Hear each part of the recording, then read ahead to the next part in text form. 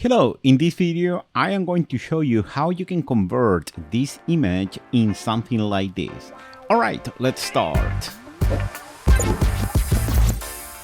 Okay, the first step, you have to download material, and I recommend you to go to Pixabay. For example, here, what I did, I start searching of a brick wall, a black brick wall or dark brick wall. Okay, then also start taking a look to color effects. It's another thing that you can download. And then I search for a hip hop dancer jumping. And then as well, I can start searching for light effects. You can see there are many different light effects that you can download from there. And in addition, you can add text, neon text, okay? And all those images are images that you can download, all right?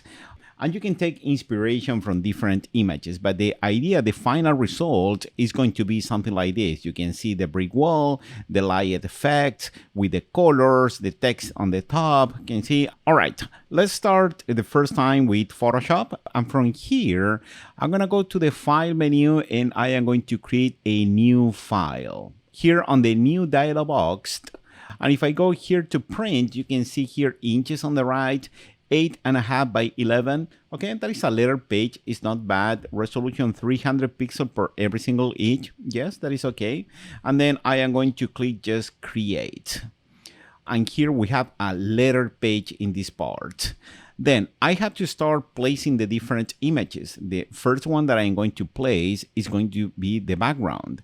I'm gonna go here to the place embedded.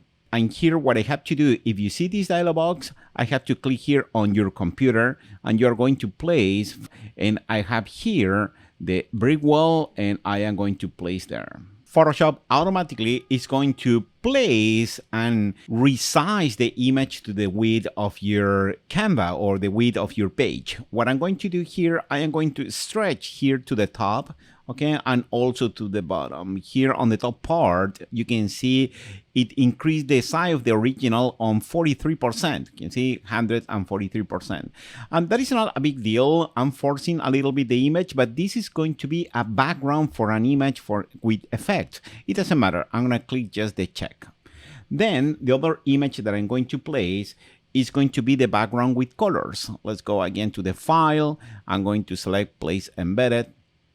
And then I am going to select the light PNG here, place this image, and again it's here, is 85% of the original. And what I'm going to do, I am going to rotate. I can rotate like this if I want the blue part on the top. In this part, you can type 90 degrees, okay? I am going to stretch this to the top. I'm gonna stretch to the bottom. I need to cover here the right and also the left. In this part, I am not holding the shift, and automatically, since I have a link between the width and the height, automatically Photoshop is going to increase proportionally. And then I have to commit and click on this check. And this is the part that I want to combine the light with the brick wall. Again, if I show you the final result, you can see the color is combined with the brick wall, and that is what I'm going to do. What I have to do here on the layers panel, I am going to select on the top layer and I am going to change the blending mode. That is the way that you are going to blend this layer with the layer underneath. And here there are many different blending modes from where you can select. Okay, just select the one that you like the most. For example, here, I believe the color dodge looks very nice. Okay, I can continue working here and maybe I am going to select one of these one. Hard light, I like a lot. Soft light, hard light. But I believe linear light is very powerful. I am going to keep that. All right, then I am going to place the next element, which is the person. I am the dancer. I'm gonna go here to the file. I'm going to select here, place embedded again. And here I can select the picture jump and I am going to place it. The picture is pretty big. I am going to reduce a little bit the size, maybe like this, a little smaller. Let's say something like this. Look at that. The picture is pretty big. It's 12% of the original size. And let's say I am going to put around here and commit. Okay. And now is the part that is more challenging. I have to remove the background.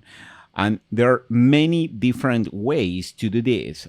Depending of the image, depending of the contrast that you have between the image and the background, I am going to go here to the select menu and I am going to select the subject. And if you see, Photoshop automatically is selecting the subject, okay? And I can zoom and I can see it's doing a pretty good job. Maybe in a few parts, it's not that great. For example, in this one, it's not perfectly recognizing the background, and it's going to cut a little bit the hoodie. That is not that great, okay? And here on the top part as well. There is a few solutions that I have for that. Also, I'm going to take a look here to the jeans. Can you see it's not doing a great job on that part? But we have a different solution for that. For instance, one thing that I can do, I am going to select one of the selection tool.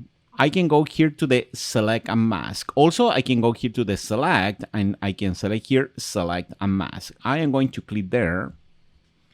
And this one is going to open this second interface from where you can adjust your mask. All right, and sometimes works very nice if you go here to the select subject, but I am going to click on this drop down menu and I am going to select cloud. Okay, what's gonna happen? Photoshop is going to do the process on the cloud. I am going to click again, select subject. Okay, and this is going to delete the actual selection and it's going to try to do a better selection. I am going to click OK to continue. All right, and then I am going to increase here the transparency. You can see that the result is a little much better. I am going to zoom to show you the result pretty close. You can see it's not bad, the result at all. See, that is a pretty quick way. But there is a few areas that I have to improve. For example, here, I can't see the nail on this part, and those things I have to retouch. There are different tools that I can use here. For example, here, the third tool is a tool that I have a plus, a minus, and here I can change the size of the brush. Okay, I am going to reduce maybe to 10 pixels with the plus selected, and then I can go here to the finger and I can start painting, and that is going to recover the nail like that. However, if you want to erase, I can select the other tool. Okay, let's say I would like to erase a little bit there to be more accurate on my selection. Same thing I can do here. I am going to zoom in on that area. You can zoom in, you can select here this magnify glass. You can click many times that you can be very accurate with the selection. And then I'm gonna select the third tool and the minus. I have to decrease a little bit the size. Can you see, let's say 5 point or something like that. And then I can erase this area. Okay, and I can erase. Don't worry if you erase too much because then we can recover. I'm gonna zoom out to see a little much better. Yes, that is much better. And then what I can do, I can select the plus and then I can recover the pixels that I want. See, this is working very nice. It's very, very powerful. Okay, and that is the thing that you can do all the way around. And also there is another thing that you can do. I am going to zoom more on this other area. For example, here, and here we have different tools and different adjustments. For example, here I can increase the radius of this one for the edge detection. If you start moving this, Photoshop is going to try to detect the borders. And sometimes it's going to do a good job, but sometimes it's not working that properly. For example, look at here the fingers in this part. If I move this radius here, okay, look at that. That part is not that great. Okay, maybe I'm gonna go down. Then also I had the smooth. If you see, for example, sometimes there is a few areas that are not that smooth, but it's doing a pretty good job on this part. But maybe here on this part, no, I believe I don't have to move the smooth.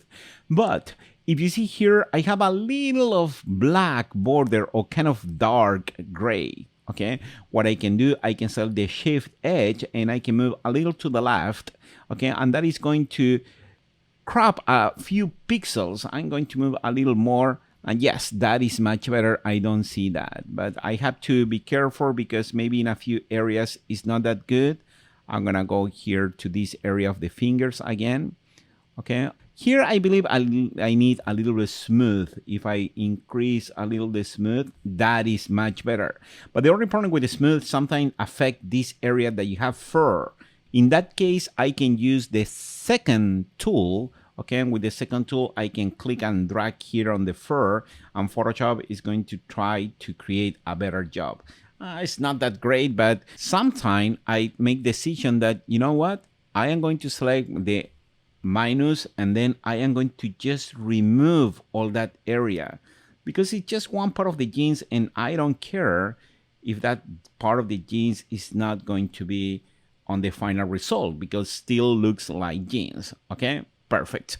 And then also I am going to remove here on this area like that, this finger on this part, that on this part, and then I switch back to the plus, and then I have to start with recover those pixels that I deleted. Yes, I have to go back and forth on that area until I have a good result. And with the minus here, I'm going to reduce a lot, maybe 3 pixels, and I have to just remove those little pixels there. You can continue playing with this to try to do a better job, but you understand the idea so far. All right, I'm gonna zoom out, it's looking good. And then here on the right, okay, if I scroll down all the way down, take a look to the output settings, open it, and here is the output to selection, but instead selection, I am going to select from here layer mask, okay? And with the layer mask, just click OK. Now, what I'm going to do, I am going to select my move tool and move on the position that you want here. But how we can connect this with the background, because in this area, I would like to tint the jeans more reddish and the top part more bluish, okay, and the hoodie. All right, in that case, one thing that I can add, there are different effects. For example, here, I can click on the effects, and I have here the gradient overlay. I am going to click there, and it's going to apply a gradient over this subject. However, the gradient is gray. What I can do, I can click there, and here I have the gradient editor. On this part, what I can do in this tab, this is the color, and I can select another color, and that is the color for the bottom part. Here on the color picker, I can select whatever color, or I can click on the image itself and it's going to select that color. Maybe I'm going to select something kind of orange. Beautiful. All right, then look at this. I am going to click on the other one. I'm going to click here and I'm going to go to this kind of teal or cyan color. Very nice. A little darker, maybe like this. Trying to have the kind of the same luminosity that you have on both. Okay, and here I can decide if I want more orange or more teal with these guys on the center, or I can add a little more contrast on the transition as well. You have to decide how much is enough. All right, and then just click OK. Look at this. This is the magic. Here I have the blend mode. This is going to be how do you want to blend this color over the image. And I am going to select instead normal. Let's say I select multiply to see what's happened. Maybe it's not that great. Let's take a look to overlay. And look at that. This looks very nice because it's adding a lot of tint on the top with luminosity and contrast, and tint on the bottom of this red or orange color. Nice, I like it. Perfect. Now, what I'm going to do, I am going to go to the file, I am going to place embedded, and here I am going to place this ornament. You can see, I'm going to select, for example, this one, and I am going to place, and this ornament is there. And I'm going to check to commit. Okay, look at this, guys. Here, when I select blending modes, for example, multiply, you can see I have different blending modes. But there is one that is so cool that is going to get rid of everything that is black. Look at this. Instead normal, select screen. Look at that. It's super nice. Okay, and then you can just move this. And let's say I am going to put over here, and that ornament looks pretty cool. All right, I am going to place the other images. Place embedded. I'm gonna select the second one, place, commit, change again to screen. And then maybe this one I am going to put, let's say over here perhaps. Yes, that is a good position. I'm gonna go to place the next one, file, place embedded. The third one, this is looking super cool. All right, if you like this kind of tutorial, guys, subscribe to this channel. Okay, let me know what kind of video you want to see, or you can ask me question in the comment down below. All right, I am going to continue. And now what we're going to do, let me show you again the final result. I'm going to go here. Look at what happened here. I have this text that is kind of a movie text, and I have this text on the top. First, I'm going here to the file, place embedded. Okay, I am going to place the movie text. I put the movie text in black and white just to show you something. And I am going to reduce the size a little bit and commit. All right, look at this. If I select from here, multiply, it's good for a black text. However, if I select screen, look at what happened. Now it's going to get rid of the white. Okay, which one is much better for you? If I select again, multiply, okay, that is maybe the text, the black text is much better. I am going to create a mask. What I have to do, I have to just select the top text here, okay, and I am going to click here on the button to create a mask on the layers panel, click on it, and I have the mask. Then select my selection tool, and I am going to move here down. Yeah, looks kind of cool. Now, I am going to create my last layer, okay, and here I am going to select my text tool. When you select the text tool, okay, Photoshop is going to load all the fonts that you install in your computer, or the fonts that you downloaded from the Adobe server. Okay, and now I am going to select a font. Select whatever font that you like. I'm going to select this one. And then I am going to increase the size of the font in 150 points. And I am going to click around here. And I'm going to type here, jump. Okay, and then I am going to center the font. I'm going to highlight, and I would like to change the color. For the color, I'm going to click on the background because I would like something kind of teal or light blue, and click OK. Then with my selection tool, I'm going to put on a better position. All right, now I would like to convert this in something that gonna looks kind of a neon, not super realistic, but kind of like that. Okay, what I can do, I can go here to my layer, and on the lowest part, there are many different effects that I can apply from here. For example, I am going to apply here, let's say, the outer glow. For the outer glow, there are different adjustments that I can apply from here. For example, let's say I would like to change the opacity, and you can see the glowing effects that is there. You can increase here the spread to apply a little more of that effect, and also the size here is how soft it's going to be. It's looking kind of cool, that part. Yes, it's probably, maybe I'm gonna reduce a little bit the color of this one to create kind of a contrast with that, okay? In addition, what I can do, I can apply another effect to tint the background, okay? And with that, I can use, for example, the drop shadow. This is one of the options that I can do. Okay, and here on the drop shadow, let's say I can select one of these colors as well. For example, that one.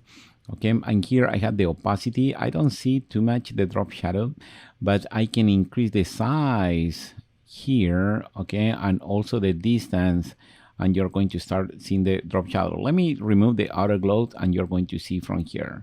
You can see here, let me change also here. I'm gonna select multiply to see the drop shadow that is there. I have too much size in this part. I'm gonna reduce, and then you can see that drop shadow is there. I'm going to increase that. You can see, now you can see the drop shadow. And maybe it's going to be something like this. I'm going to increase a little the spread, a little more.